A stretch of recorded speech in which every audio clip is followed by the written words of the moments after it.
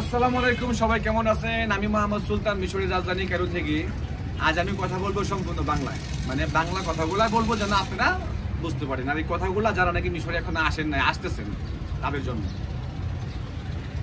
ভাই, আপনি মিশরে আসতেছেন, আপনি বাংলাদেশে 20,000 টাকা বেতন পান বা 25,000 টাকা বেতন পান। আপনি মিশরে আসছেন, দালালের কথা শুনে 40-50,000 টাকা বেতন পাবেন।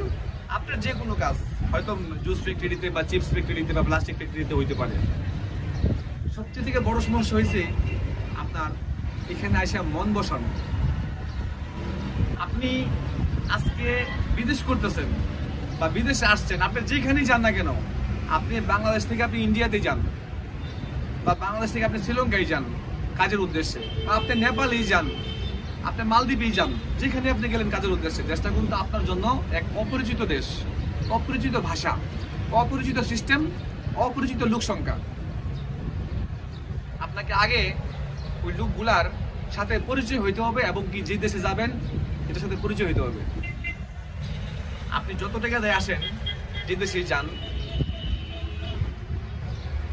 সবচেয়ে থেকে বেশি যেটা লাভ হবে আপনার ধ্যান ধারণা বাড়বে।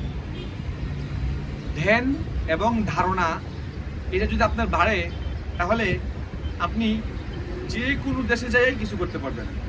এখন আমি একটা কথা বলি, কেউ কি কাউকে ফ্রিতে শিখায়? আমার উত্তরে না। মানে আমি যদি বলি কেউ কাউকে কি ফ্রি কিছু শিখায়, যে কোনো কিছুই ফ্রি শিখায়? ফ্রি শিখায় না। হয়তোবা আপনি তাৎক্ষণিক দেখতেছেন ফ্রি, কিন্তু ভবিষ্যতের জন্য আপনার এটা শেখানোর কোনো মূল্য আপনাকে দিতেই হবে। বা আপনি যে এখন ফ্রি শিখতেছেন বা আপনি যে কিছুক্ষণ আগে ফ্রি শিখলেন, সেই ক্ষেত্রে আপনার একটা মূল্যায়ন দিতে হবে। যেমন আপনি নেশা করতেছেন, ফ্রি। আপনার এক বন্ধু আপনাকে একটা সিগারেট দিচ্ছে, এটা ফ্রি। আপনাকে ফ্রি তো দিল না, কিন্তু এটার একটা মাসুল দিতে হবে আপনার পরে। কি মাসুল জানেন? যদি আপনি অভ্যস্ত হয়ে যান, তাহলে আপনার কি না খাইতে হবে। আর যদি আপনি অভ্যস্ত নাও হন, তাহলে আপনার যে বন্ধু আপনার একটা সিগারেট খাওয়াইছে, সিগারেটের পরিবর্তে আপনার অন্য কিছু দিতে হবে। আপনি বিস্কিট দেন বা চা দেন বা পান দেন, যেটাই দেন আপনাকে দিতে হবে। যেমন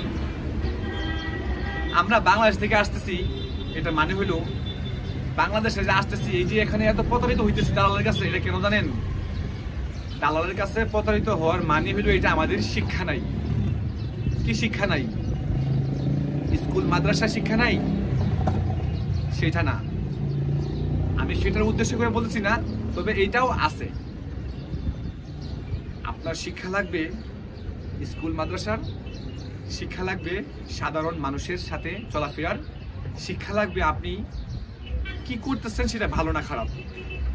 যদি আপনার কোনো কিছু শিক্ষা নাই, সেক্ষেত্রে আপনার কি হবে? আপনি এখন আপনার গ্রাম থেকে ঢাকাতে 1 কেজি আলু আপনি নিয়ে আসলেন। এক্সাম্পল আমি একটা আলু দিয়ে বুঝাই। 1 কেজি আলু আপনি নিয়ে আসলেন। আলুটাকে কেমনে আনতে হবে এটা আপনার আইডিয়া নেই। আপনি আলুটাকে একটা পলির ভিতরে ভইরা, মানে যে কোনো একটা এমন জায়গায় রাখলেন যেটা আলুটা ঢাকা থেকে আস্তে আস্তে নষ্ট হয়ে গেল বা কোথাও পড়ে গেল। তাহলে আপনি 1 কেজি আলুর বিনিময়ে আপনি শিখতে পারলেন যে পরবর্তী আলুটা এভাবে আনা যাবে না, আনতে হবে ভিন্নভাবে। মানে আলুটা যেন আমার কাছে থাকে, যেন রুটে পড়ে না যায় বা নষ্ট না হয়ে যায়। তাহলে আপনি 1 কেজি আলুর বিনিময়ে শিখতে পারলেন যে ঢাকাতে আলু কিভাবে আনা যায়।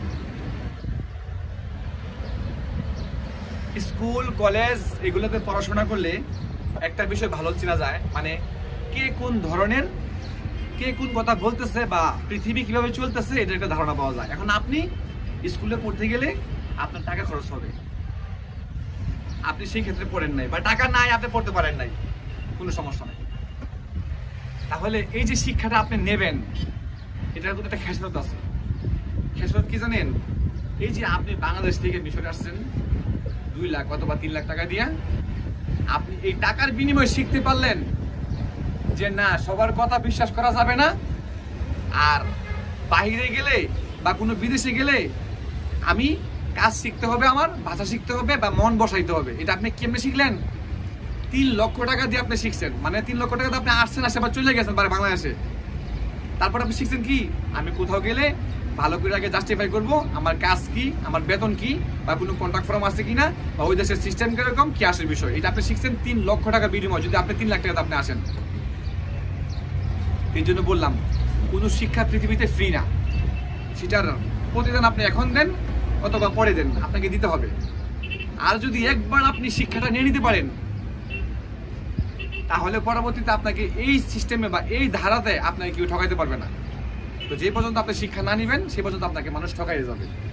তো বাংলাদেশ থেকে আসার পথে যারা আসতেছেন মিশরে, তাদেরকে বলবো খুব সাবধান, খুব সাবধানে। আপনি যদি গার্মেন্টসের কাজ না জানেন আপনার আসার দরকার নাই, আর যদি গার্মেন্টসের কাজ জানেনও সেই ক্ষেত্রে আপনি মিশরে বেতন পাবেন সর্বোচ্চ 25 থেকে 30 হাজার টাকা আপনার ফার্স্টে। মানে আপনি আসছেন 2-3 মাস কাজ করতেছেন, 6 মাস কাজ করতেছেন, আপনাকে ফার্স্টে ওই 25-30 হাজার বেতন পাবেন। তাও আবার কি $100 দিয়ে ঘুষ দিয়ে চাকরি নিতে হবে, তাও সমস্যা নেই। এটা আপনার জন্য ভালো আমি মনে করি। কেন, আপনি $100 দিয়ে ঘুষ দিয়ে চাকরি নিয়েছেন, বা আপনি 25,000 বেতন পাইছেন, বাংলাদেশে পাইতেন আপনি 50,000 টাকা, কিন্তু মিশরে এসে আপনি পাচ্ছেন 25,000 টাকা। এখানে আপনার লাভ। কিসের লাভ? আমি তো বাংলাদেশে পাইতাম 50,000 টাকা, এখানে তো 25,000 টাকা। তো মিশরের লাভটা কি জানেন? আপনি মিশরে আরো 100 লোকের সাথে আপনি চলতেছেন, মানে 100 রাষ্ট্রের লোকের সাথে আপনি চলতেছেন, আপনি বুঝতে পারতেছেন ভালো কি খারাপ কি। তো সেই বোঝাটা আপনার কোন এক সময় কাজে দেবে, যা আপনাকে এই যে প্রত্যেক মাসে 25,000 টাকা বেতন আপনি হারাইতেছেন, লস করতেছেন, সেই টাকাটা আপনাকে কোনো একদিন সাপোর্ট করবে, মানে শিক্ষাটা আর কি। অতএব যারা গার্মেন্টসের কাজ না জানেন ভাই, তারা মিশরে আসবেন না। এতে আপনার সমস্যা হবে, যারা বাঙালি আছে তাদের সমস্যা হবে, এটা 100%।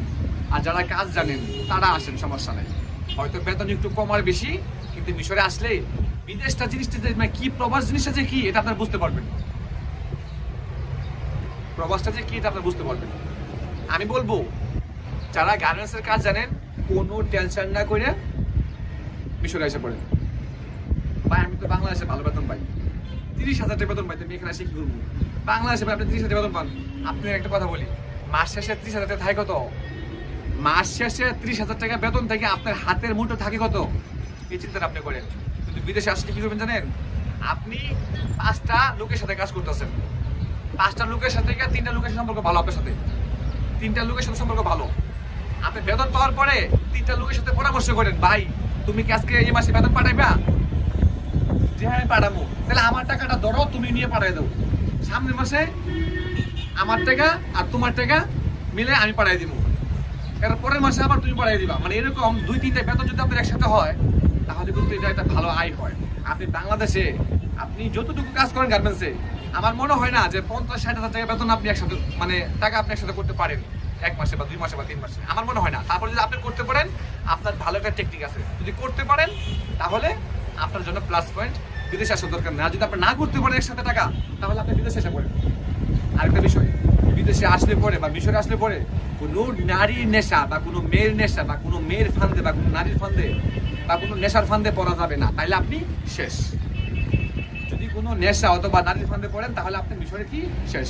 মিশর থেকে আর ভালোভাবে যাওয়ার কোনো সিস্টেম নাই, এটি খেয়াল করবেন। তো আজ এই পর্যন্তই, অনেক কথা বললাম। আমি জানি না কারো কোনো অন্তর আঘাত লাগছে কিনা। যদি কারো কোনো অন্তরে বা মনে আঘাত পেয়ে থাকেন, আমি দুঃখিত। আমি কাউকে আঘাত পাওয়ার জন্য বলি নাই। আমার কথাগুলো একটু নিম পাতার মতো হয়, আমার কথাগুলো একটু নিম পাতার মতো হয়, কিন্তু উপকার আছে। ভালো থাকবেন। আজ এই পর্যন্তই, দেখা হবে ইনশাল্লাহ আগামীতে।